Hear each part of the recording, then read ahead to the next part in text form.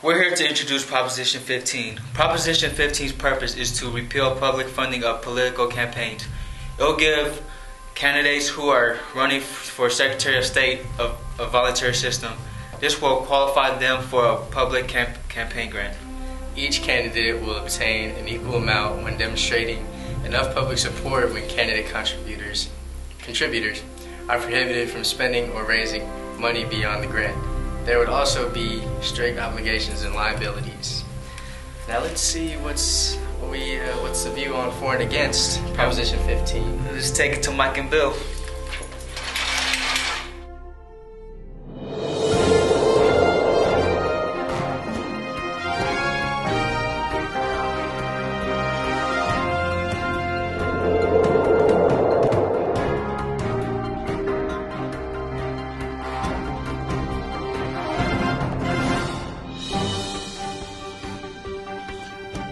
California's government is corrupted due to special interest campaign contributors affecting the state.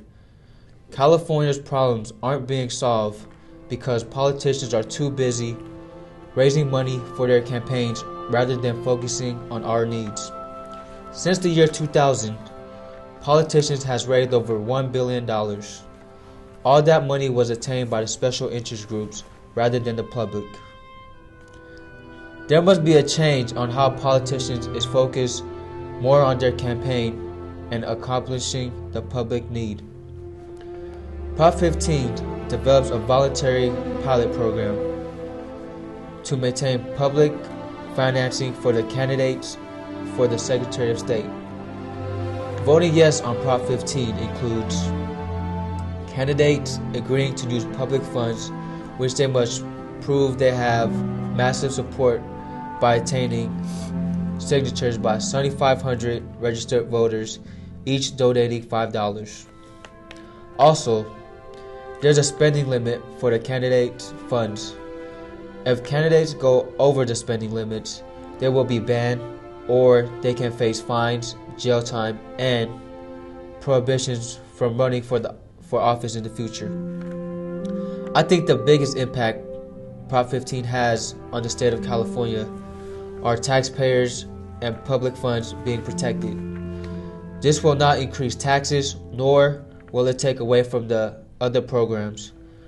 Prop 15 gives opportunities to Californians who have good ideas to compete in the elections without fundraising money for their campaign.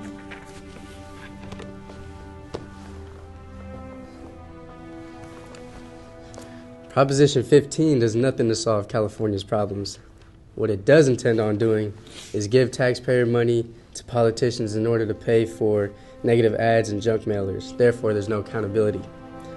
I mean, there's almost no restriction on how candidates spend our tax money whatsoever under Proposition 15. And to make matters worse, if there's not enough money to pay for each candidate's campaign, politicians can just take money intended for important existing programs and divert it to fund their political campaigns themselves.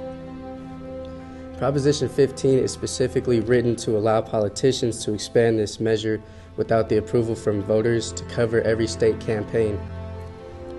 And this is what is tricky about Proposition 15. It results in having the same politicians who have failed yet again to solve California's issues. So if you think it's difficult now to get general fund money for education, public safety, social services, and transportation, just wait until legislators decide between those programs in their own campaigns. So in result, the issue of using private funding versus public funding for political campaigns has been going on for 20 years. So should a political official spend most of their time in office raising money to fund their campaigns for re-elections? Or should that time be spent in office representing the cities and counties they represent on their issues?